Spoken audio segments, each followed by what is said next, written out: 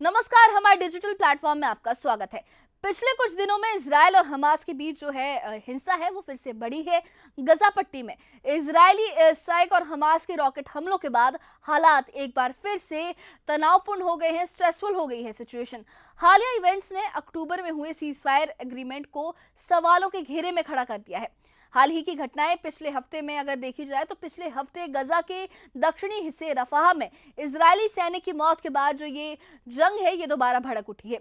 Israel ने इसका जिम्मेदार हमास को ठहराया और जवाबी कार्रवाई में गजा पर बड़े पैमाने पर हवाई हमले किए।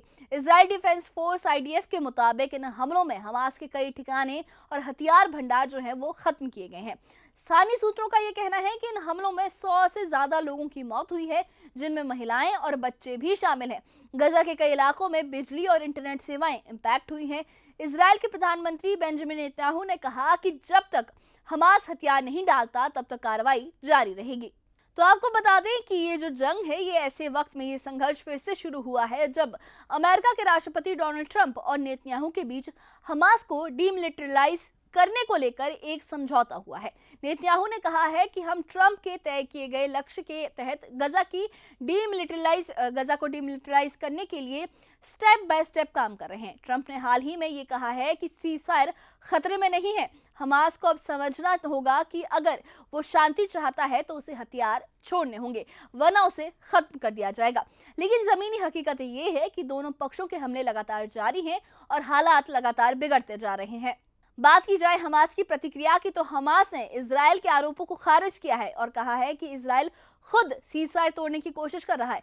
हमास का बयान है कि ये हमला हमारे खिलाफ अचानक और बिना किसी चेतावनी के किया गया, जो सीजफायर की शर्तों का उल्लंघन है। इस बीच हमास ने 2 बंधकों के शव इजराइल को लौटाए हैं, जबकि इजराइल ने 30 फिलिस्तीनी नागरिकों के शव गजा को सौंपे हैं। इसे ह्यूमैनिटेरियन एक्सचेंज डील बताया गया है। अब बात की जाए कि जो कतर का रुख है वो किस तरीके से बदला है। अब तक हमास का समर्थक माने जाने वाला जो कतर है वो भी पहली बार हमास पर ही आरोप लगाता हुआ दिख रहा है। कतर के प्रधानमंत्री शेख मोहम्मद बिन अब्दुल रहमान अल थानी ने यह कहा कि हमास को अब गवर्नेंस छोड़नी चाहिए और हथियार डालने चाहिए। फिलिस्तीन और इजराइल दोनों की सुरक्षा जरूरी है। कतर का ये बयान एक ये संकेत दे रहा है कि ये साइन है कि खाड़ी देशों में अब हमास के प्रति जो समर्थन है वो शायद कम हो रहा है। पहले जो देश हमास के राजनीतिक संरक्षण में थे वो अब धीरे धीरे अपने संबंध संतुलित करने की कोशिश कर रहे हैं, अपने रिलेशंस को काफी न्यूट्रलाइज करने की कोशिश कर रहे हैं। अब बात की जाए तुर्की की भूमिका और इसके नए समीकरण की, तो जो दूसरी ओर जो तुर्की है उसने इजराइल की नीतियों पर खुलकर नाराजगी जताई है। राष्ट्रपति रेसेप तैयब एर्दोआन ने हाल ही में कहा कि गजा में मारे गए लोगों में ज्यादातर बच्चे और बुजुर्ग हैं। हमास के पास कोई न्यूक्लियर वेपन नहीं है, लेकिन इजराइल इन हथियारों का इस्तेमाल कर रहा है। तुर्की ने लगातार यूरोपीय देशों को इजराइल की मदद को रोकने के लिए और फिलिस्तीन के समर्थन में आने की अपील भी की है।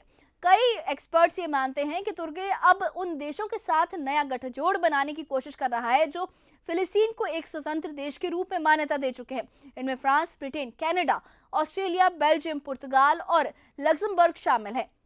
हालांकि ये सिर्फ राजनीतिक स्तर पर चर्चा है, पर इससे क्षेत्रीय समीकरण पर असर पड़ सकता है।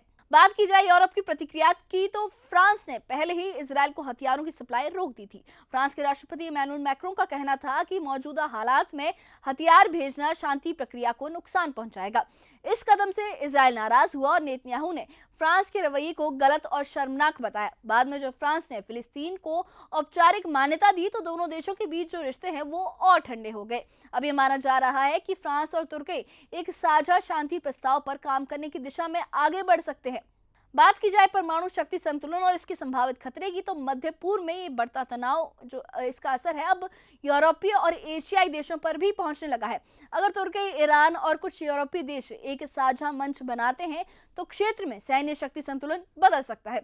इजराइल के पास उन्नत मिसाइल डिफेंस सिस्टम और परमाणु क्षमता है, जबकि तुर्की और ईरान भी तेजी से अपनी रक्षा व्यवस्था को मजबूत कर रहे हैं। ऐसे में किसी भी बड़ी सैन्य कार्रवाई से पूरे क्षेत्र में स्थिरता पर असर पड़ सकता है। बात की जाए ट्रंप और अमेरिका के सिचुएशन की इस हालात में तो ट्रंप प्रशासन का झुकाव अब भी इजराइल की ओर है। ट्रंप ने कहा कि हमास अब कमजोर हो चुका है और अगर वो हिंसा करेगा तो वो खत्म हो जाएगा। ट्रंप के बयान का जो मेन एजेंडा था वो खाड़ी देशों को ये भरोसा दिलाना है कि अमेरिकी नीति फिलहाल बदलने वाली नहीं है, लेकिन इस नीति के चलते तुर्की और अमेरिका के रिश्तों में जो तनातनी है वो बढ़ने की आशंका और बढ़ गई है। बात की जाए कि इस कॉन्फ्लिक्ट में आगे क्या हो सकता है, पॉसिबिलिटीज क्या है, तो फिलहाल गजा और वेस्ट बैंक में हालात नाजुक बने हुए हैं। संयुक्त राष्ट्र और यूरोपीय यूनियन दोनों पक्षों से संयम बरतने की अपील कर रहे हैं, मगर अभी तक किसी स्थायी शांति की जो संभावना है, पॉसिबिलिटी है, वो नजर नहीं आ रही। हर कुछ हफ्तों में हमले और जवाबी हमलों में सीज फायर की शर्तें कमजोर पड़ती जा रही है। इजराइल कहता है कि जब तक हमास जो है वो बिल्कुल अपने हथियार नहीं छोड़ देता तब तक कोई बातचीत नहीं होगी। वहीं हमास का कहना है कि जब तक गजा पर नाकाबंदी जारी है, जो पीस है, शांति है, वो पॉसिबल नहीं है। तो अब इजराइल हमास की ये जो जंग है, ये कॉन्फ्लिक्ट है, अब सिर्फ दो पक्षों के बीच नहीं रह गई है। इसका असर खाड़ी देशों, यूरोप और अमेरिका की नीतियों तक पहुंच रहा है।